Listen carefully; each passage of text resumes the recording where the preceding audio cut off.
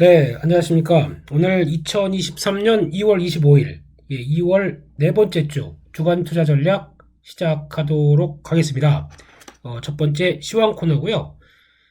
이번 주 또 다채롭게 지내왔는데, 항상 또 금요일 날 보면은 이제 미국 시장이 조금 좀 도와주면 주말이 참 좋겠는데, 그렇지 못합니다.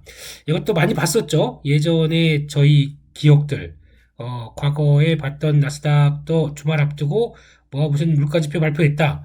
주르륵 이렇게 내려왔던 그 아픈 기억들이 새록새록 나오기 시작하면서 이번에도 그런 거 아니야라고 고민이 많이 되는 이 시점에서 주간 투자 전략 시작하겠습니다. 네, 시작을 하는데 비유가 어떻게 바뀌느냐, 시장을 어떻게 대응해야 될 것이냐, 여기서 또 오늘 집중해서 말씀을 드리도록 하고요.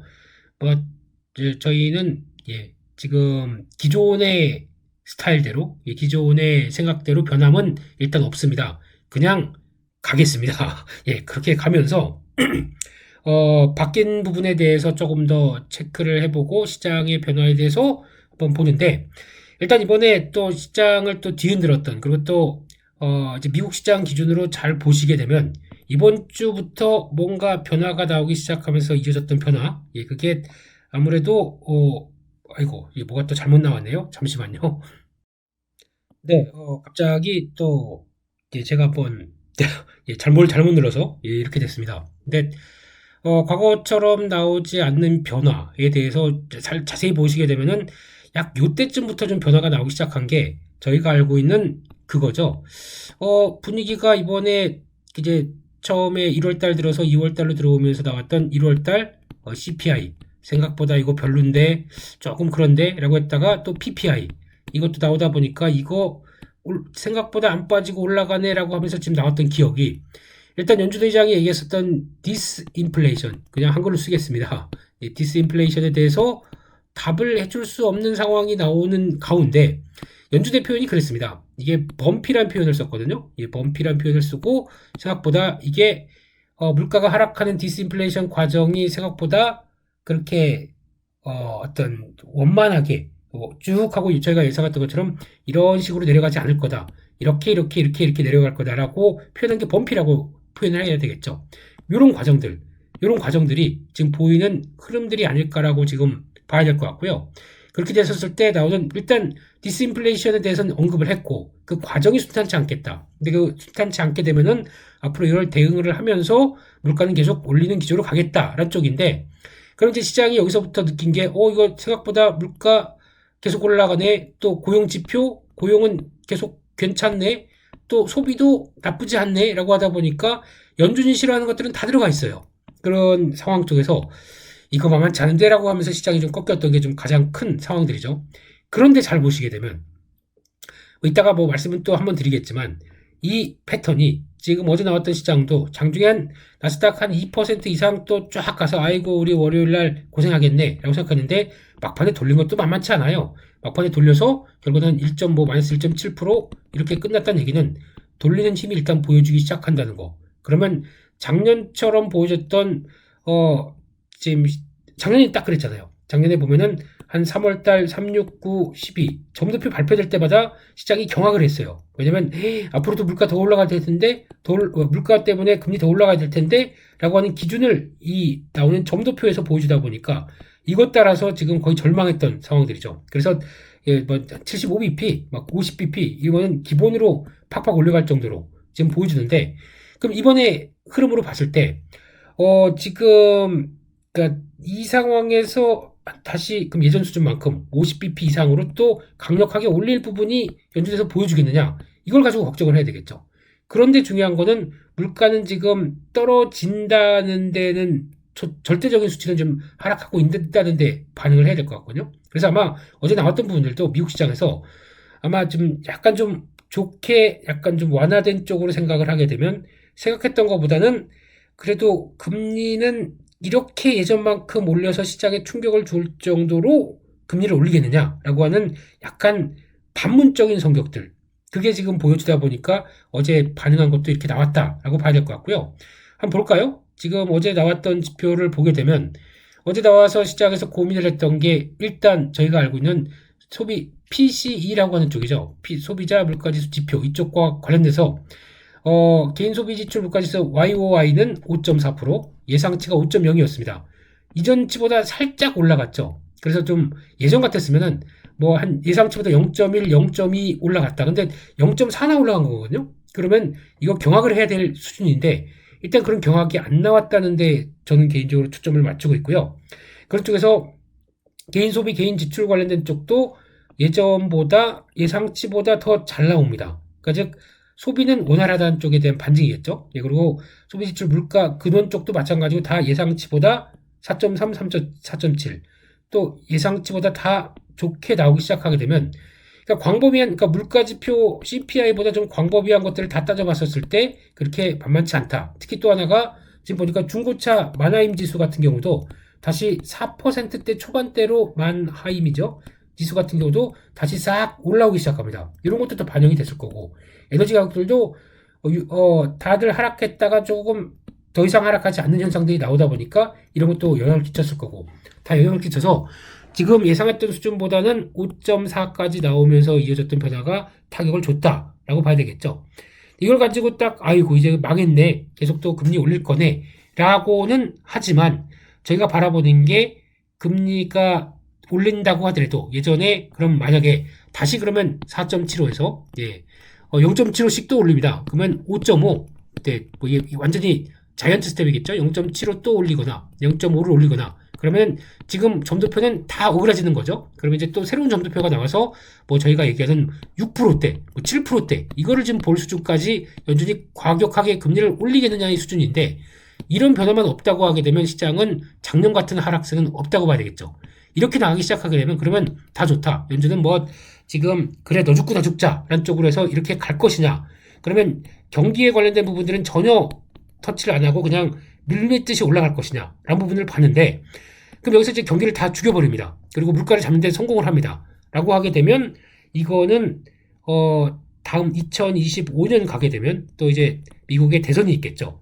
이걸 바라본 입장 쪽에서 대선을 끌고 갔었을 때 과연 편하겠느냐라는 부분을 또 생각을 할 수가 있겠죠. 약간 정치적인 부분들까지도 좀 감안을 하는 상황들입니다. 근데 그것까지 그러면서 물가를 잡았다고 해서 너무 해피하게 나와서 경기 다 죽인 다음에 그러면 결론은 그렇게 나오겠죠. 공화당에서 만약에 그러면 아니 물가 잡으라고 그랬더니 물가는 간신히 잡는 척 했는데 경기를 다 죽여놨네.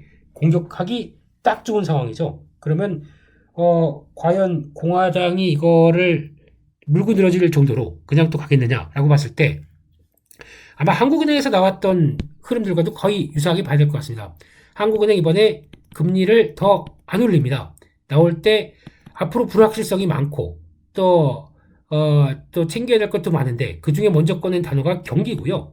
경기가 위축되는 거를 도저히 바라볼 수가 없기 때문에 지금 한미 간의 1.25 차이가 금리가 벌어져 있다고 하더라도 일단 멈추겠다라고 얘기했는데 물론 얘기가 이걸 바라보면서 우려한다고 하더라도 금리 인상 중단 시그널은 아니라고 얘기했습니다. 이런 흐름이 나왔기 때문에 아마 이걸 보게 되면 이런 비슷한 뉘앙스가 거의 이제 글로벌 중앙은행들도 다 영향을 끼치지 않겠느냐라는 생각이 드는 거죠. 그런 쪽에서 딱 표현을 그렇게 썼습니다. 안개가 자욱하게 되면은 차를 일단 멈춰야 된다. 라는 표현.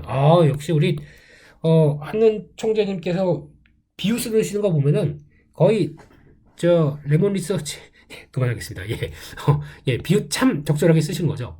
차를 일단 멈춰야 된다. 그리고 안개가 거친 다음에 차를 그냥 직진할지 아니면 다시 뒤돌러 갈지 요거는 또 결정하겠다는 입장이죠. 이게 지금 자욱한 상황 쪽에서 결정을 내리기가 어렵다라는 부분으로 보게 되면 이 안개를 자욱하게 만드는 것 중에 하나가 경기였다는 얘기겠죠. 이거에 대해서 여러 가지 금리를 올려야 될 상황임에도 불구하고 일단 좀 고려를 하겠다는 입장으로 보게 되면 글로벌 중앙은행들도 이런 비슷한 뉘앙스를 좀 할 것 같아요. 물론 경기를 죽여서 뭐 고용이나 아니면은 나머지 지금 소비까지도 다 타격을 줘서 이걸 물가를 빨리 잡겠다는 입장이긴 할 텐데 그렇다고 해서 물가가 지금 계속 올라가는 게 아니죠. 떨어지는 신호가 나오고 있는 과정 쪽에서의 범피한 부분이라고 생각하게 되면 이렇겠죠. 하지만 이 상황 쪽에서 제가 좀 체크해야 될 게 하나가 있습니다. 지정학적 리스크예요. 이걸 가지고 나오는 변화가 앞으로 어떻게 나오겠느냐, 요거는 좀 생각을 해볼 분야인데, 앞으로 이제 지정학적 리스크가 지금 저희가 예상으로는 약간 러시아 우크라이나 전쟁이 1년 정도 되다 보니까 소강 상태로 가고 거의 끝나지 않겠느냐 싶었는데 이번에 바이든 대통령이 딱 우크라이나를 가면서 불을 확 지폈습니다. 네. 솔직히 가서 좀 근데 이게 뭐냐면은 바이든 대통령의 나를 자꾸 80대 노인으로 보는데 안 되겠다. 그렇게 내가 만만해 보여? 라고 하면서 딱 가서 자기의 강한 미국에 대한 이미지를 보여주려고 했다고 저는 생각을 합니다. 나왔던 사진도 보면 그 의도된 사진이잖아요. 그 약간 젤렌스키 대통령이 약간 이제 악수를 하면서 품 안에 좀 기울이는 느낌이 나죠. 네, 그리고 바이든 대통령이 약간 어깨를 감싸는 느낌이 나면 이 사진 한 장 자체가 뭡니까? 뭐 사람들은 보고 와, 좀 울컥한다. 좀 짠하다.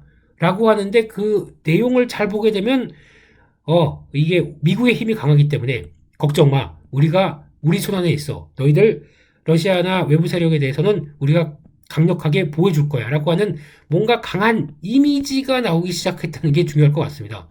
이런 미국에 대한 이미지를 보여주려고요. 그런 상황이 됐었을 때 이거를 솔직히 나토 국가도 그렇게 만약 모르겠습니다. 나토 국가나 이제 서유럽 쪽은 약간 독립적인 상황을 가져갈 텐데 그거를 미국이 강하게 들어왔었을 때 이걸 또 과연 좋게 볼까요? 라는 것도 일단 생각은 듭니다만 그래도 러시아가 강력하게 나오는 것에 대해서 아유 뭐 뒷배경은 있네 라고 해서 이미지 한 장을 가지고 미국의 이미지를 뿜뿜 네 그래 이 바이든 이미지를 뿜뿜 하고 서방에 대해서도 야 우리 그래도 내가 큰 형님으로서 너희 지켜준다고 할 때 내 말 잘 들어 라고 하는 이미지도 같이 서방에 대한 압박도 서유럽에 대한 압박도 이렇게 나오는 것 같고 반대 대책으로 볼게요. 그러면은 러시아 이거 좀 뭔가 좀 소강 상태로 걸어가야 되고 조금 지금 러시아 중국 쪽을 보게 되면 좀 뭔가 좀 돌파구 실마리를 찾아야 될 것 같은데 이렇게 나오기 시작합니다. 바이든 대통령이 아유 안 되겠다. 우리 그냥 지금 하는 정책들 계속 강화시키거나 내 이미지도 관리해야 되겠다. 그러다 보니까 이번에 뉴스타트라고 하는 핵 관련된 2011년도부터 미국과 러시아가 딱 핵을 감축하자라고 했던 조약들을 탈피해버리죠. 러시아는 지금 약간 핵 얘기를 많이 쓸 때는요. 그게 좀 있는 것 같아요.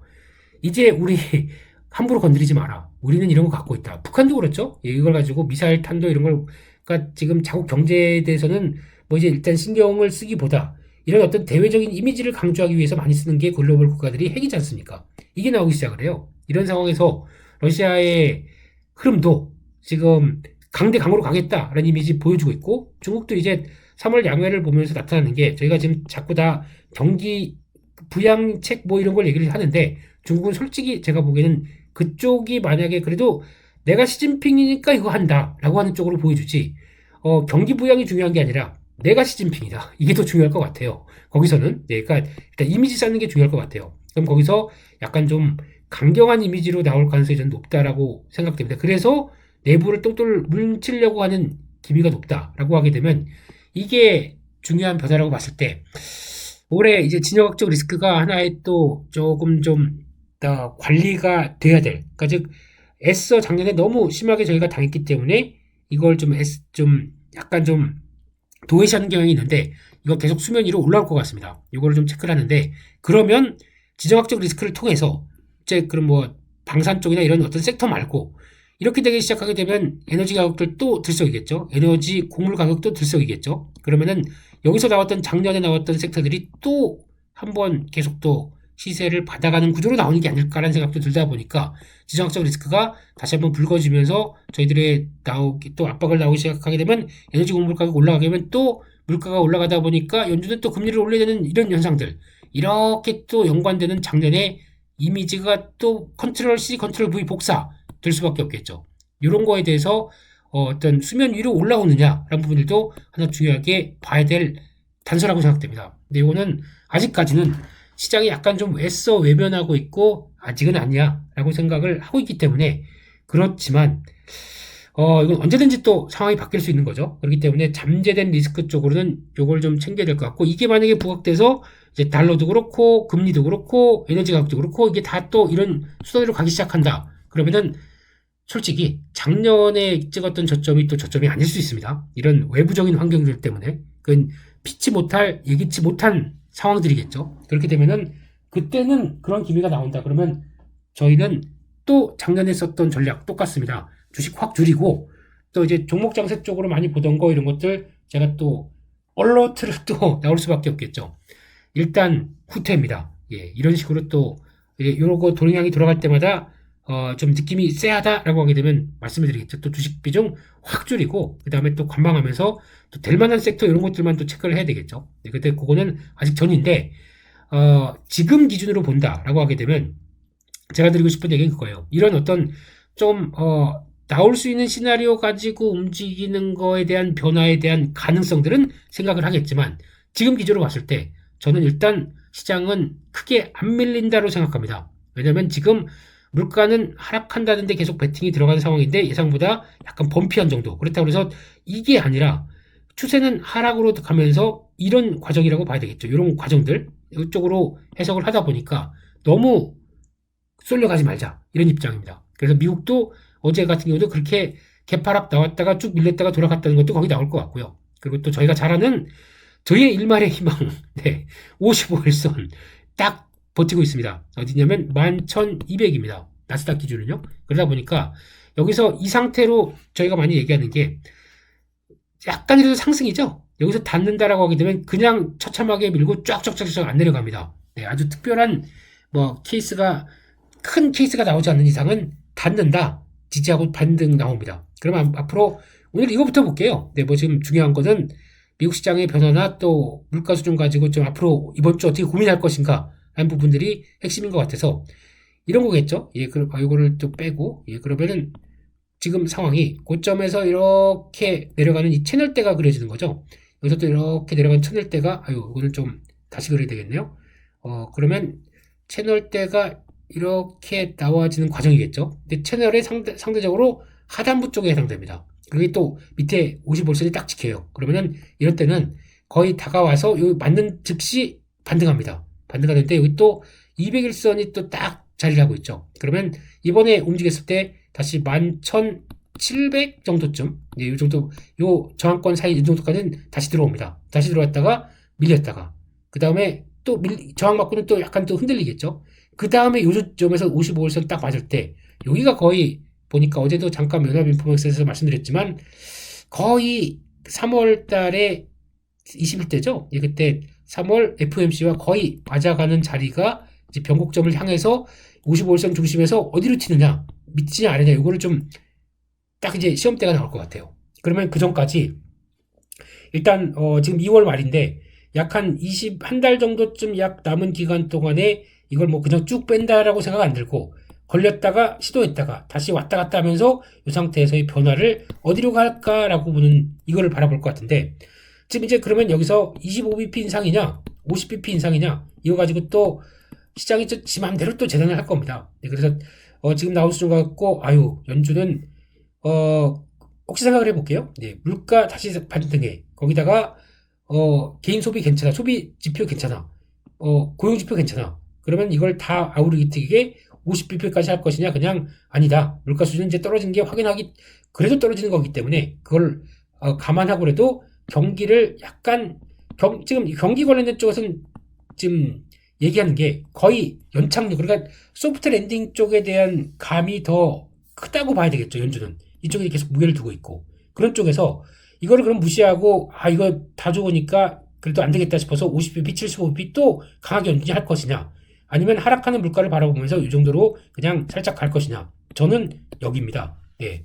그렇게 아니면은 동결을 할 수도 있는데 동결하기에는 아직까지 지금 범피한 부분들이 많다라고 하게 되면 25bp로 갈 거라고 생각을 합니다. 그래서 3월 FOMC에서는 하고 나선 다시 불확실성 해소 쪽으로 가닥을 잡고 올라가는 쪽으로 그리고 또 그때 점도표 나오는 거 보면 대부분 한 5.2에서 5.5 사이 정도에 5.3 정도로 가리키는 이제 평균이죠. 이 정도로 나오기 시작한다라고 하게 되면 이제 5입니다. 5.0 나오고 물가만 하락하는 거 계속 또 확인된다라고 하게 되면 5.25 정도쯤에서 한 번 더 올리는 정도까지 해서 거의 끝나는 정도로 나온다라고 되면 시장이 어떻게 될까요? 환호하겠죠. 이제 물가 그 물가 이제 뭐 흐름 앞으로 체크하겠지만 거의 일단 연준은 다 왔다는 걸 보여주는 시간이 나온다. 이땐 또 환호하겠죠. 그럼 그때 아마 이렇게 무거웠던 거를 또 정고점대를 돌파할 수 있는 힘을 이렇게 좀 갖추지 않나. 그럼 저희는 요런 때쯤에 아마 또 2500선을 돌파하는 시도가 이때 한번 좀 나오지 않을까라고 그리고 있고요. 그런데 제가 항상 말씀드린 게 셀인 메이라고 그러죠. 예. 셀인 메이면은 이렇게 주춤했던 게 또 3월달 가서 3월에서 4월달은 다시 장이 좋은 쪽으로 가는 이런 변화가 나오되 메이는 또 6월달 부채 한도 협상 때문에 또 고민하겠죠. 예, 그러면은 메이에서 나오는 또 여러 가지 부정적인 얘기 가지고는 또 시장이 흔들 수 있고 6월달에 또 FOMC 있고 이러다 보니까 이때는 또 5월달은 좀 조정권. 근데 부채 한도 협상 관련돼서 좀 명확한 얘기 나오지 않으면 좀 더 많이 흔들흔들할 가능성이 높고 그때 이제 만약에 금리가 또 지금 같은 경우 10년물 국채가 국채 금리나 이런 이제 기준이 되는 금리가 급등해도 안 좋고 급락해도 안 좋습니다. 이때는 약간 어떻게 나올까요? 급락이 좀 나오지 않을까라는 생각도 들면서 그때는 금리가 이렇게 빠르게 하락하는 거를 시장이 좋아하지 않거든요. 그러면 심각한 경기 침체 또 신호로 받아들일 수도 있습니다. 네, 이걸 아니면 시스템 리스크의 신호로 받아들일 수도 있고 뭐 여러 가지가 나올 수 있겠죠. 근데 이런 안정적인 게 제일 좋다라고 보게 되면 이런 것들이 지금 시그널이 나오면서 이런 식으로 일단 먼저 큰 그림을 만들어 보게 되면 쫙 이렇게 가는 구조 쪽으로 보게 되면 3월달 또 한 2월달에서 3월달까지 가면서 또 시장 불안할 때 또 주식은 사야 되는 쪽으로 가야 되겠죠. 그렇게 바라보고 있습니다. 그런 식으로 대응을 할 큰 그림으로 뭐 지정학적 리스크만 없다고 하게 되면 또 확대가 되지 않는다고 하게 되면 이런 식으로 보면서 그럼 저희가 뭘 해야 될까요? 아직 뭐 바닥에 대한 흐름들이 확인이 되지 않았고 시장에 대한 변화를 너무 또 기대하기는 힘든데 55월선을 지키는 과정을 본다 보면은 살짝 비중을 좀 현금 비중 살짝 늘어났다가 이걸 가지고 또 되는 종목 쪽, 되는 섹터 쪽에 몰아가는 게 저희의 역할인 것 같은데 지금 먼저 다 말씀드리게 되면 AI나 지금 2차 전지 쪽으로 좀 끌고 왔던 장이 이게 그대로 좀 갈 것인가 이건 아직 좀 모르겠습니다. 그러면 이게 주도 섹터가 강하게 끌고 와서 이제 요만큼 왔는데 이게 그러면 만약에 이제 차익 매물하고 좀 쉰다라고 했었을 때 이제 저는 AI를 이제 앞으로 보기 위해서는 미국의 엔비디아를 체크해야 된다고 생각합니다. 엔비디아만 잘 보면서 이걸 가지고 A와 연결고리를 잘 체크하는 게 제일 중요하겠다라고 나오는 부분들인데 2차 전지는 테슬라겠죠. 근데 테슬라는 이번에 인베스터 데이라고 해서 3월 1일 날 인베스터 데이가 나오는데 이때 나와서 좀 변화되는 얘기인데 테슬라가 항상 보면 자기만 챙겨요. 그러니까 뭐 무슨 뭐 산업적인 이런 거보다도 자기에 대한 약간 좀 뿜뿜 예, 머스크의 또 도취된 모습들 얘기하다가 자기가 자기의 자아 도취된 모습들 많이 보이는 아주 특이한 천재라고 얘기하는 이런 분 얘기하다가 숫자가 막 올라가요. 네. 아니 저런 숫자 가능하겠어? 라고 한데도 혼자 취해 약하는지 모르겠습니다만 네. 그래가지고 얘기하는 이런 부분들까지 봤을 때는 2차 전지 테슬라가 이제 그 인베스터 데이 전후 쪽에서는 약간 좀 정체가 또 하락하는 경향들이 좀 높거든요. 기대감이 움직이고 저희도 거의 비슷하게 봐야 되겠죠. 이거 보면서 거의 이따가 단기 정점 가능성들도 좀 쉴 가능성도 생각해보고 AI는 일단 많이 올랐는데 엔비디아도 좀 두드러지게 올라다 보니까 이게 어떤 변화가 나올지를 좀 체크한다라고 하게 되면 AI 쪽도 좀 단기적으로 좀 약간 성숙된 모습들. 근데 저는 끝났다고 생각 안 합니다. AI 쪽에서 이따가 두 번째 섹터 쪽에서도 말씀드리겠지만 AI 반도체, 디자인 하우스 이런 것들 계속 봐야 될 것 같고요. 거기다가 반도체를 통해서 이따가 말씀드리겠지만 패키징 회사, 네, 요거 중요하죠. 패키징 쪽에서 미리 말씀드리게 되면은 딱 두 가지입니다. 한미 반도체, 이거 만약에 혹시 막 또 제가 잊어버릴 수도 있으니까 한미 반도체, 프로텍입니다. 이 두 가지 회사, 이거는 꼭 이따가 또 생각나서 말씀드리겠는데 패키징 쪽에 엔비디아로 직접 패키징해서 들어갈 수 있는 회사입니다. 거기다가 저희가 좋아하는 제우스까지 이거는 본딩 들어갈 때 세정 장비죠. 이런 쪽은 꼭 봐야 될 것 같아요. 이 반도체와 함께 물론 종목 코너는 아니지만 네. 한미 반도체는 아시죠? 예, 그리고 프로텍, 제우스 이 정도는 같이 또 혹시나 제가 이따가 또 막 다른 얘기하다가 또 넘어갈 수 있기 때문에 미리 말씀드립니다. 이것도 한번 체크를 해보시고 AI 쪽도 여전히 먹을 거 많다. 그리고 또 저희가 그렇게 또 보고 움직이고 좀 관심이 있었던 KINX 변태같이 움직이죠 종목이. 네, KINX 이것도 한 종목이고, NHN도 늦지만 꾸준히 갈 수 있는 또 클라우딩 쪽이라고 보고 있고, 그리고 또 저희 이번에 소개시켜드렸던 지니언스부터, 그리고 또 파이오링크, 이것도 참 무거워요.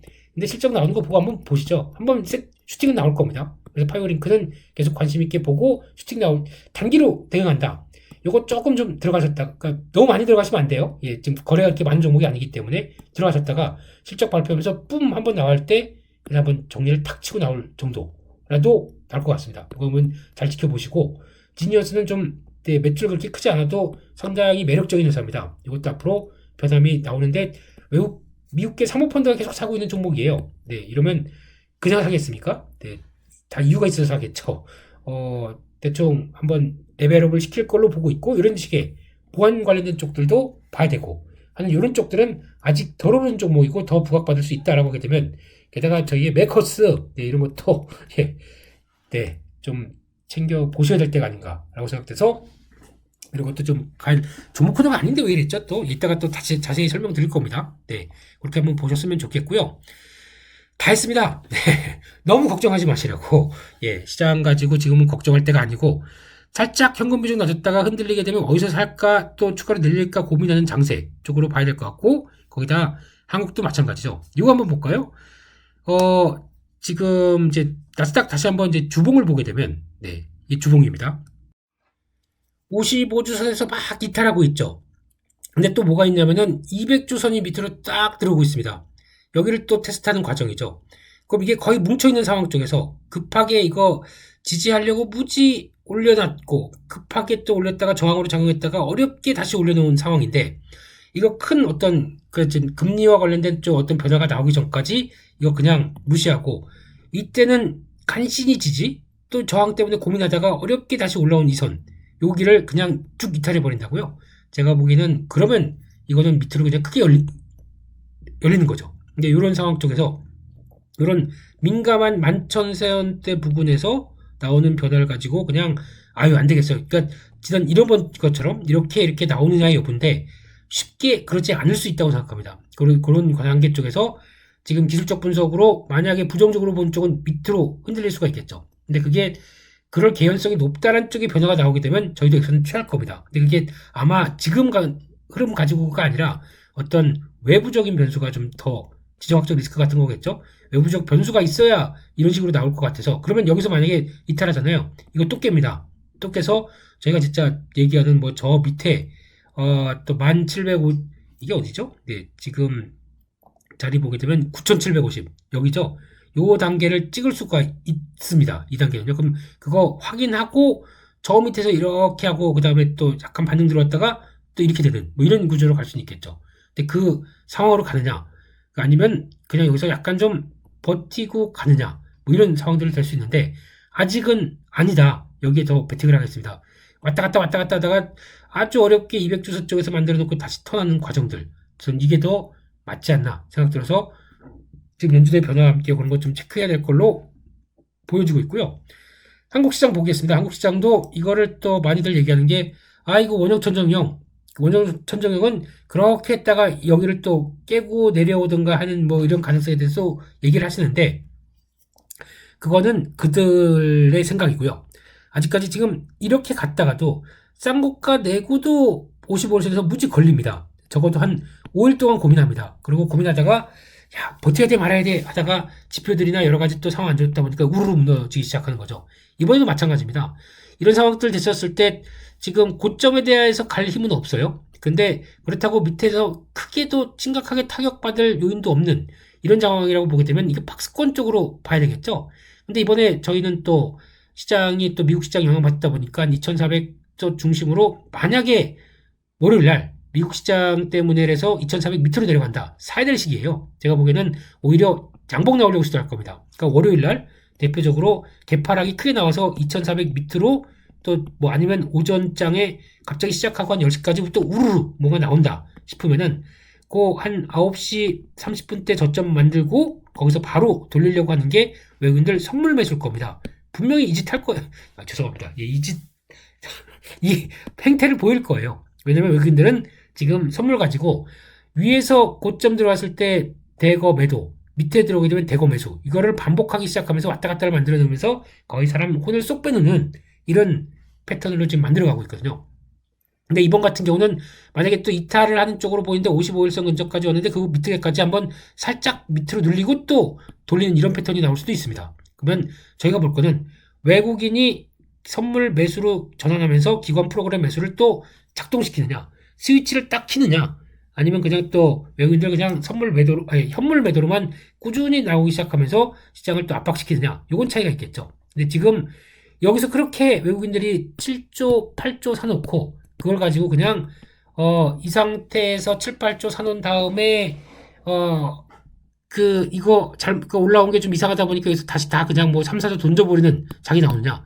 아마 그건 아닐 것 같거든요. 그 선물 매수를 통해서 변화가 나올 가능성을 대비하고 오히려는 만약에 갭 하락이 나와서 좀 55에서 밑으로 들어가기 시작한다. 처음이다.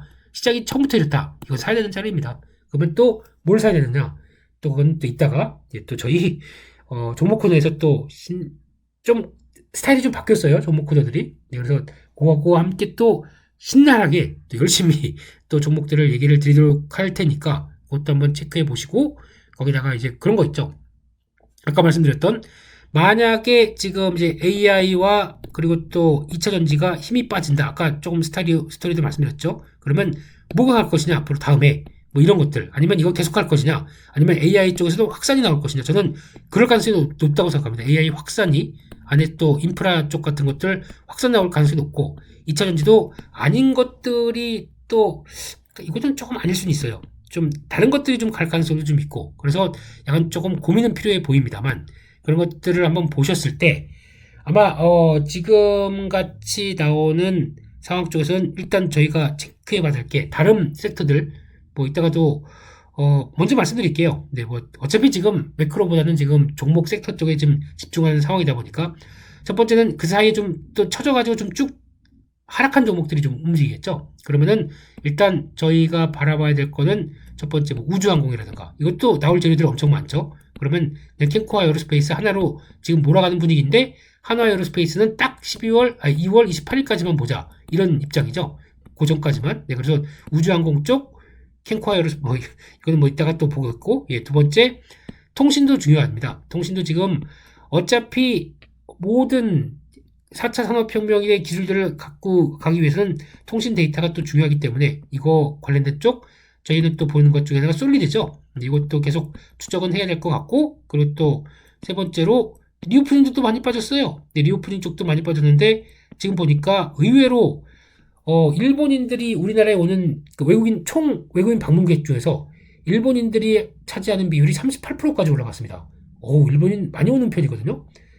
저는 일본어를 잘 못하다 보니까, 네. 그렇지만 이게 많이 올라갔다. 내일은 좀 명동 가봐야 되겠어요. 일요일이고 하다 보니까 명동이나 가봐서 좀 한번 좀 분위기 쭉 쓱 한번 보고 와야 되지 않을까 생각 좀 들고요. 이런 상황들. 또 그 사이에 빠진 것 중에 컨텐츠 쪽도 많이 빠졌죠. 컨텐츠 쪽도 의외로 좀 많이 빠졌기 때문에 저희가 좋아하는 사마네트웍스, 페노션 뭐 이런 것들, 애니플러스 이건 당연한 거고 이런 것들 중요한 자리 쪽까지 와 있는 것들 또 봐야 될 것 같고 이런 식으로 다양한 섹터의 변화가 나오는 것들 좀 체크해 봐야 될 텐데 이런 것도 하나의 관건이 될 것 같아서 이것도 한번 보자라고 봐야 될 것 같고 그래서 결론은 너무 일단은 위축되지 말자입니다. 지금은요. 네, 종목 아까 보여드렸죠. 빅픽처 쭉 해서 6월달까지 들어가는 시나리오 쪽에서 봤을 때 지금은 좀 챙길 거 챙기자. 그 중에서 챙길 게 뭘 챙겨야 되겠느냐라고 보게 되면 이거죠. 저희가 지금까지 기준이 딱 달러 조금씩 제가 올렸습니다. 달러는 105. 네, 그리고 또 금리는 10년물 기준으로 4.0 요거였는데 여기 거의 또 이제 막 들어오기 시작해요. 보면은 달러 볼까요? 103.87 네, 105 근처 요 라인이죠. 요 라인 요까지 이렇게 들어오는 105대인데 만만치 않아요. 이 이상으로 안착하려고 하게 되면 지금 과거 같은 경우 이제 달러 본격적으로 간다라고 하는 각도 보세요. 이렇게 가는데 지금 올라가는 각도가 그 정도일까는 아직은 체크가 안 됩니다. 그때 같은 경우 또 올라갈 때 이 거래량 보세요. 지금 거래가 반대로 죽고 있습니다. 이 상황 쪽에서 이거를 새롭게 105를 돌파할 수 있는 모멘텀이다 라고 볼까요? 만약에 그렇게 되면은 이제 처음에는 또 거래량이 살짝 죽다가 올라가는 것 나오는데 거래는 죽다가 죽었다가 돌아갈 때 이런 때쯤 거래 증가와 각도가 가파라지는 모습들. 그럼 지금은 가다가 이제 분명 꺾입니다. 꺾이다가 다음 흐름으로 나와서 이제 각도가 이제 이게 각도가 아니겠죠? 네. 이 각도가 아니라 이 각도로 나와야 됩니다. 그러니까 요런 각도에 걸맞는 각도가 나와야 되겠죠? 이게 나오면서 거래가 확 돌아야 되겠죠? 그러면, 105대 안착해서 달러 강세. 그러면 그게 또 여러 가지 시그널이 보여줄 게 나오겠죠? 네, 그러면 그거 뭐 금리를 더 강하게 올린다든가 지정학적 리스크가 나오다든가 이렇게 나왔을 때 변화가 될 텐데 그건 아직 아니다. 안쪽에서 105는 제가 말씀드렸던 가격대가 들어오되 조금 좀 무거워질 수 있다. 라는 쪽에 베팅을 좀 생각을 해야 될 것 같고요. 또 하나 그러면 저희가 보는 지표 쪽에서 금리입니다. 그러면은 금리 쪽에서 보니까 이런 상황이 되다 보니까 지금 볼까요? 환율 쪽에서 비트코인도 그렇게 맹위를 떨치더니 좀 맹위가 사라지는 상황입니다. 비트코인도 약간 좀 숨을 죽이는 게 보이기 시작을 하죠. 이렇게 밀립니다. 그래서 지금 저희가 많이 봤던 25,000원대에서는 제가 좀 갖고 계신 분들 팔자란 쪽으로 말씀드렸었죠. 이렇게 나오기 시작하는 거군요. 그래서 아무리 그래도 지표가 움직이게 되면 그대로 못 가는 게 이쪽의 한계라고 봐야 되겠죠. 우리는 달러라고 한다고 하더라도 그럼 이렇게 나오겠죠. 그러면은 지금 23,000원대 부근에서 이탈한다 그러면 비트코인도 또 추세 이탈 이렇게 갈 텐데 만약에 이런 상황이라고 하게 되면 지금과 같은 경로 쪽으로 갔을 때 23,000대는 또 사는 단계입니다. 비트코인 살짝 샀다가 다시 25,000원대 부근까지 들어오는 거 보고 그러면 이게 7%인가요? 예, 2027, 네, 하여튼간 10% 안 되게 또 수익권으로는 보는데 그거를 제가 할지는 모르겠습니다. 요즘에 저는 코인에 대해서 큰 관심이 아직은 없는 상황들이고 이거는 코인은 아마 저희가 작년에 뭐 계좌 개설과 이제 여러 가지 얘기를 한번 드렸었죠.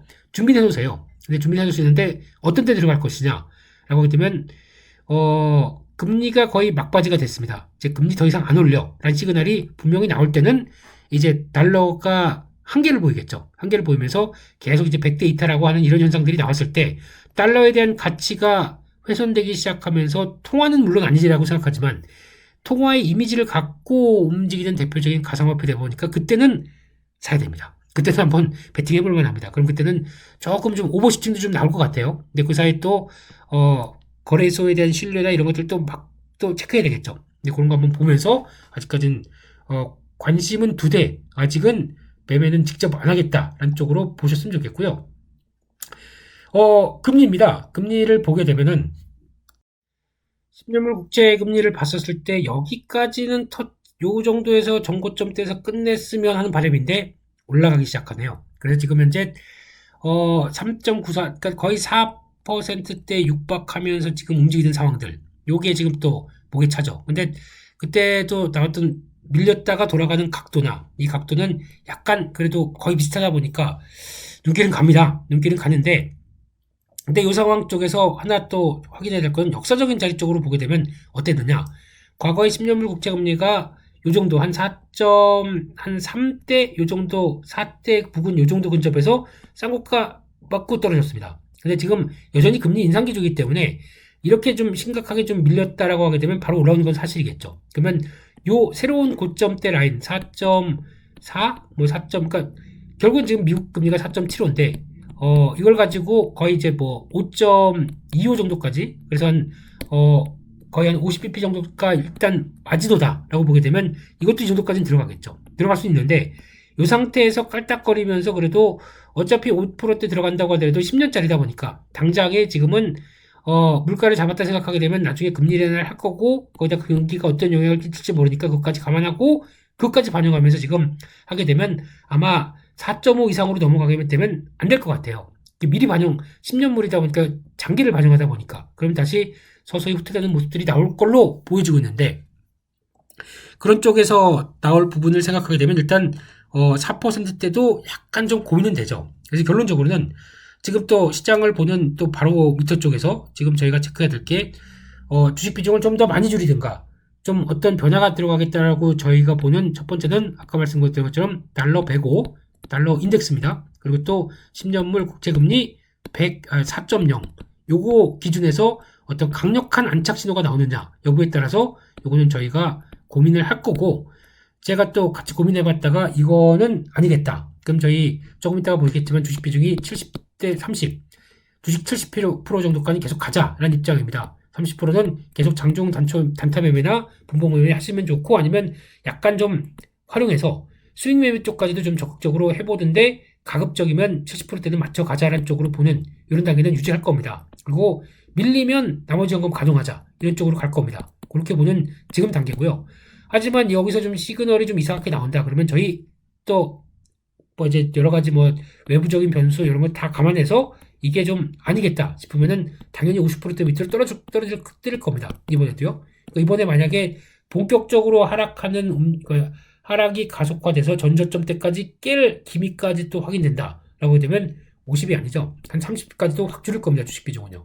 왜냐면 이거 갖고 있으면 안 됩니다. 이건요. 이럴 때는 또 거의 지금 시장이 약간 또 막판에 경기를 일으킬 만한 정도의 또 과격한 또 하락이 나올 수도 있으니까요. 그런 거는 또 감안을 하되 그럴 분위기가 나오는지 아닌지는 또 체크를 하지만 지금은 그럴 때 너무 좀 이런 쪽으로 몰아가지 않을게요. 제가 지금은요. 보지도 않았는데 뭐 거기까지 얘기를 드릴 필요가 없죠. 지금은 요거다. 그래서 아직까지 주식 종목 그리고 또 똘똘한 종목들 찾고 거기서 스윙 개념들도 보고 거기다가 그런 것들 있죠. 뭐 또 설비 투자 잘해가지고 좀 성과 나는 업체들 봤었을 때 그게 이제 실적의 확장세를 보여주는 거지 않습니까? 자화전자 이런 거 저희 한때 지난번에 말씀드리고 리뷰 그냥 잘 가기 때문에 리뷰를 특별히 안 했었습니다만 어느덧 3만 원대까지 찍고 지금 2만 8천 원대 저희가 한 2만 1천 원대부터 봤었죠. 예, 이런 것들 나온다든가 그리고 또 캠트로닉스 이것도 다 그렇게 무거운 종목인데 많이 빠졌고요. 거기다가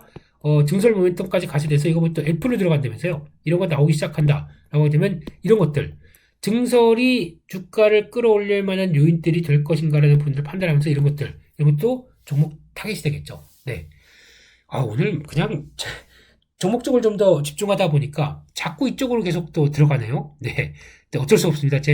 만약에 시장이 안 되는 쪽이면은 지금 이런 지표들 막 파고들고 거기다가 이럴 때 시장이 언제 지지를 받느냐, 언제 저항을 받느냐 이런 얘기들을 했을 텐데 전혀 아닙니다. 지금은요. 네. 그렇기 때문에 그거 체크하셨으면 좋겠고요. 지표 쪽에서 미국의 위험 지표들 한번 몇 가지 보게 되면은 지금 장단기 금리 차는 그냥 체크만 합니다. 이거 지금 뭐 당장 어떻게 변화될 거 없기 때문에 이런 거 살짝 봐주는 정도. 여전히 뭐 그냥 저 정도다라고 보고 있고 또 의외 충격이 나오냐 없느냐에 따라서 보는 하이힐드 채권 스프레드 이것도 지금 이번에 나오게 되면 살짝 반등이 들어왔죠. 네, 아무래도 그렇게 위험 시그널이 이제 완화되는 게 나오다 보니까 이번에 연준이 다시 금리 올리는데 하이힐드 채권 스프레드도 올라가는 거 되는 거 아니야? 거기다가 또 마침 실세 금리인 10년물부터 단기물까지 다 올라오기 시작합니다. 그럼 당연히 이것도 영향을 받겠죠. 그 정도쯤인데 만약에 시스템 리스크나 아니면 또 경기 침체에 대한 확연한 시그널이 나와서 움직인다라고 되면 여기까지 왔겠죠. 이런 정도 부분까지. 근데 그게 아니라 저점에서 살짝 움직이는 정도. 아직 리스크라고 보기 어렵습니다. 이런 거 보게 되면 여기까지 봐야 될 것 같고. 하나 또 고민해야 될 게 지금 저희가 봤던 이제 금 같은 경우. 요거 좀 만만치 않아요. 예, 그래서 지금 요거는 이따 관련된 요걸 보고 전략을 세웠던 거는 바꿀 겁니다. 지금 금이 달러가 강하다 보니까 반대로 이렇게 약해지기 시작하죠. 기분 나쁩니다. 네, 이거 잘못 본 겁니다. 잘못 본 거면은 요거에 대한 반응들 다시 체크를 하되 또 시그널은 이따가 저희 베리골드, GOLD 이거 한번 또 미국 시장에서 말씀을 드릴 거고요. 거기다가 또 하나 보고 있는 게 구리인데 그나마 구리가 지금 버텨주면 괜찮겠다라고 생각했는데 구리가 드디어 어제 급하게 내려오면서 4달러대를 위협합니다. 지금 4.05로 마감을 했죠. 여기 4달러대에 위협이 나오기 시작하고 왠지 기분이 나쁜 거긴 하겠지만 이게 지금 그렇다고 여기를 강력하게 지지해준 선을 이탈하겠느냐.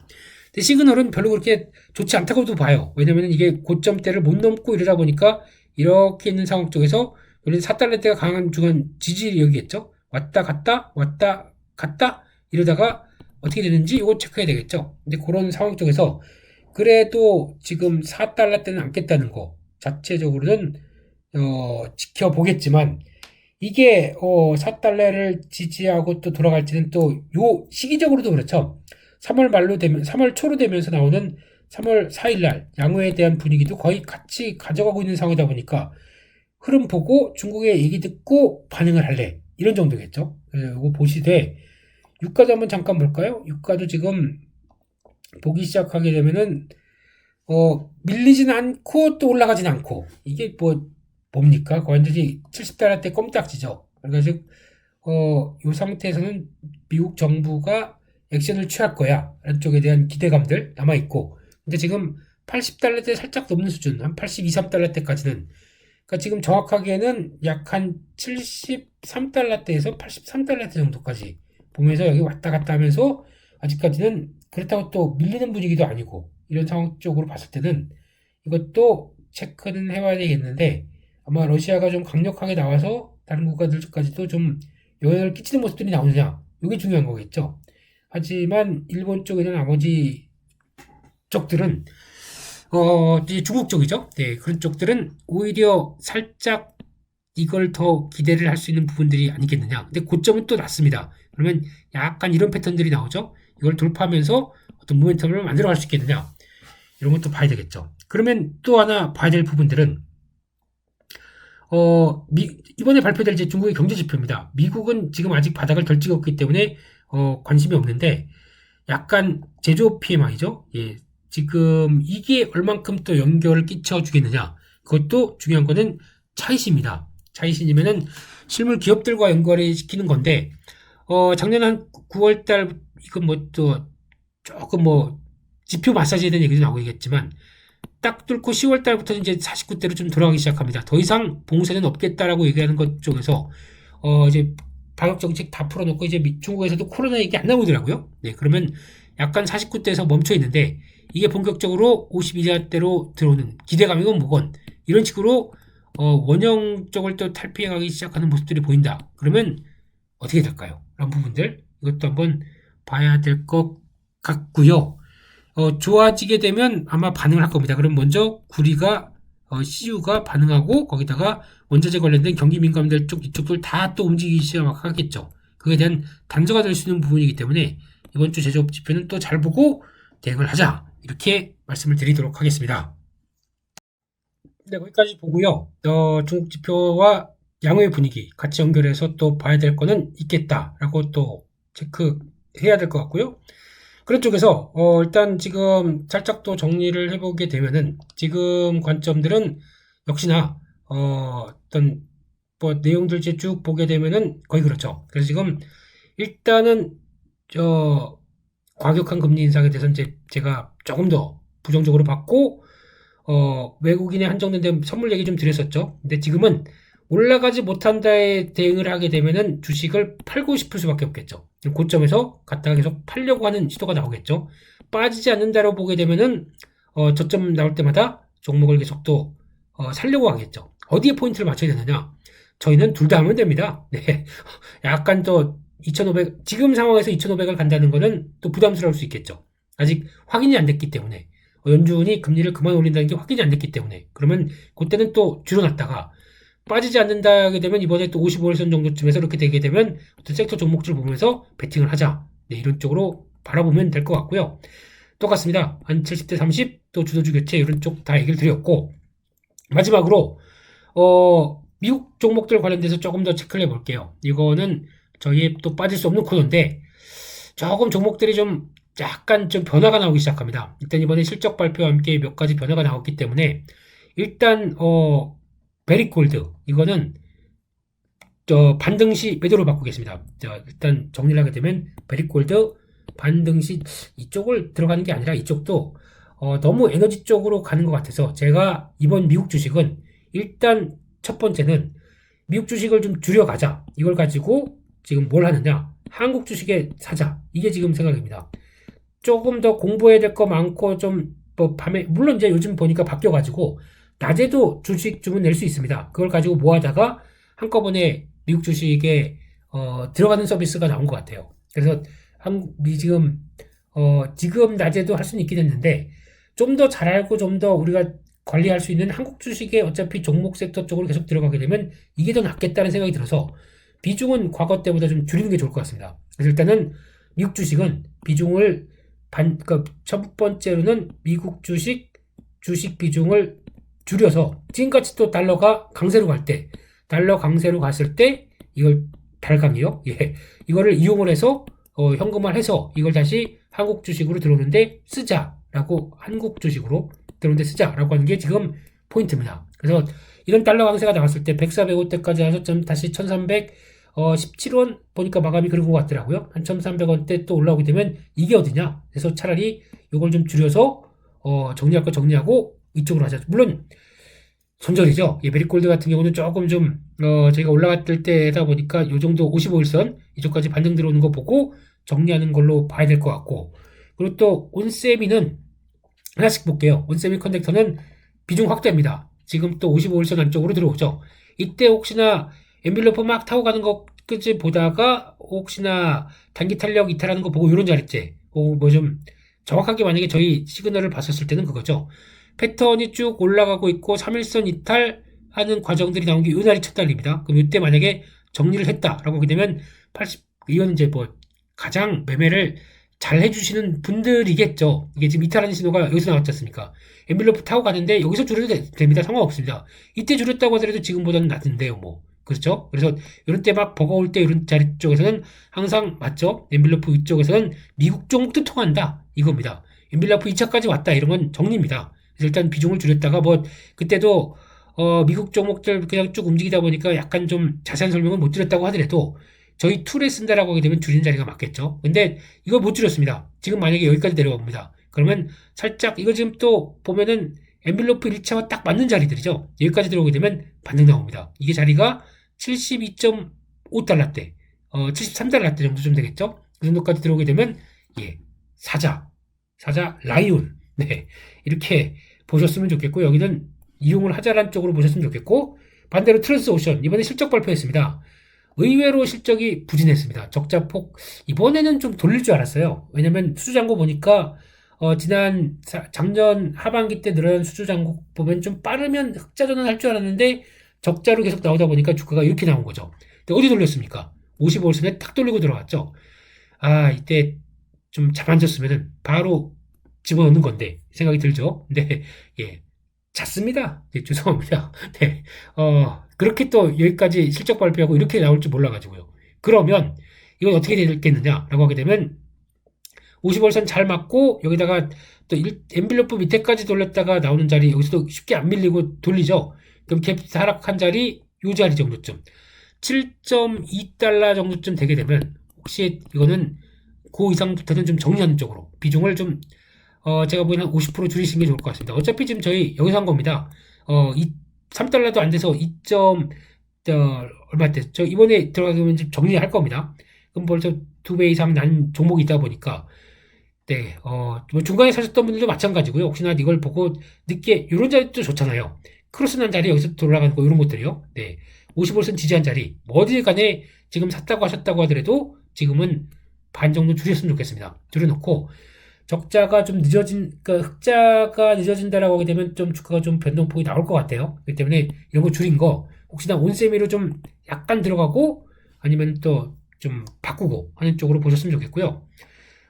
그리고 또 노블은 지금 여기까지 들어갔다가 또 55선에 돌아갑니다. 이것도 마찬가지로 너무 늘리지 않을게요. 지금 스콜피오만 보려고 합니다. 당분간은. 그래서, 요거는 55선 돌아오죠. 그러면 또 다 아시는 것처럼 어디에 정리를 해야 될까라고 하셨을 때 탄력 받고 살짝 올라가다 들어간 자리다 보니까 요 정도쯤 라인 한 42달러부터 42달러 정도 때부터는 정리를 하자는 쪽으로 보고 이것도 정리하겠습니다. 그러면 지금 스콜피오는 보유. 네, 이거는 어차피 수익도 넉넉히 난 상황이고 그냥 뭐 이 고점에서 이거는 실적도 큰 변화 없고 그러면은 결론은 여기서 지금 딱 보게 되면 노블도 다시 정리하게 되면 42달러의 정리, 이거 X입니다.